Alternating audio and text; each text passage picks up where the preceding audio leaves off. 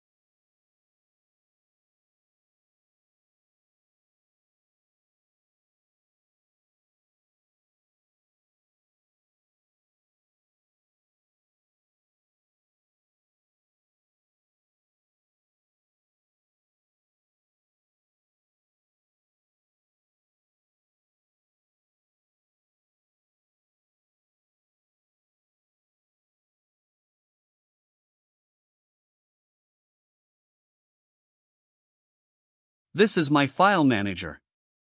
Here there is a file db_config.php that we are going to use. In this file there are 3 crucial values you have to fill. The first one is your database name. The second one is your database username. The third one is your database password. I have hide the password here. You can find all their details in your cPanel once you will have the hosting. Once the connection to the database is successful, it is going to send a message, connection successful. You will see this message in your Android Studio terminal.